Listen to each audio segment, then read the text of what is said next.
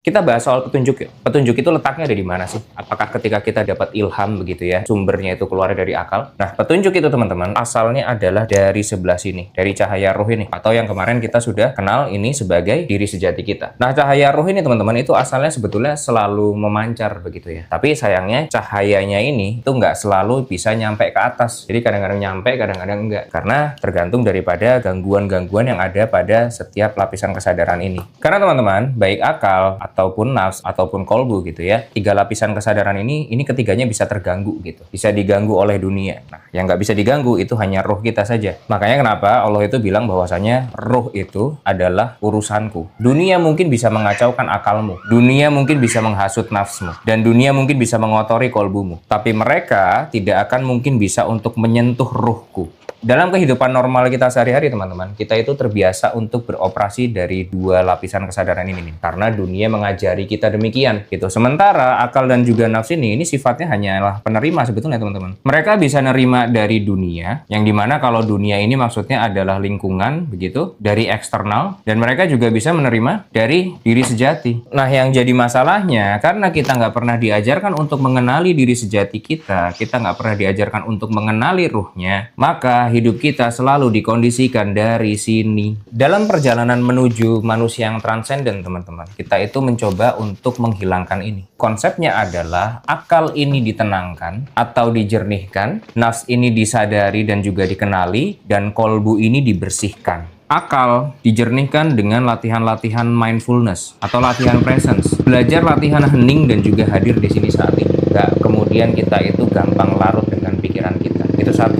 Kemudian nafs dikenali dengan cara latihan menjeda hidup. Jangan terus-terusan kita itu ngikutin segala impuls yang muncul dari dalam diri kita. Jangan kita itu kebiasaan untuk selalu mengikuti dan juga mengejar keinginan-keinginan yang muncul dari dalam diri kita. Lalu kolbu ini dibersihkan dengan cara latihan syukur, istighfar, kemudian berzikir ya. Dan semua aktivitas-aktivitas ini teman-teman, ini nggak bisa cuma sesekali aja gitu, tapi harus setiap saat. Karena setiap saat kita menghadapi realita, setiap saat kita dikondisikan oleh dunia kita. Maka setiap saat juga kita harus menjernihkan akal kita, mengenali nafsu kita, dan juga membersihkan kolbu kita. Ribet nggak? Ya, lumayan. Apalagi kalau buat kita yang nggak terbiasa begitu. Itulah kenapa, karena manusia itu ribet, disempurnakanlah melalui yang namanya sholat. Jadi sebetulnya Nabi itu tahu kita itu ribet kalau harus ngelakuin ini satu-satu. Makanya sama Nabi disempurnakan lewat praktik sholat. Karena dalam sholat itu sendiri teman-teman, ada yang namanya kehadiran. Ada jeda terhadap hidup, ada praktik-praktik syukur, ada pertaubatan, istighfar, dan juga ada zikir mengagungkan roh kita.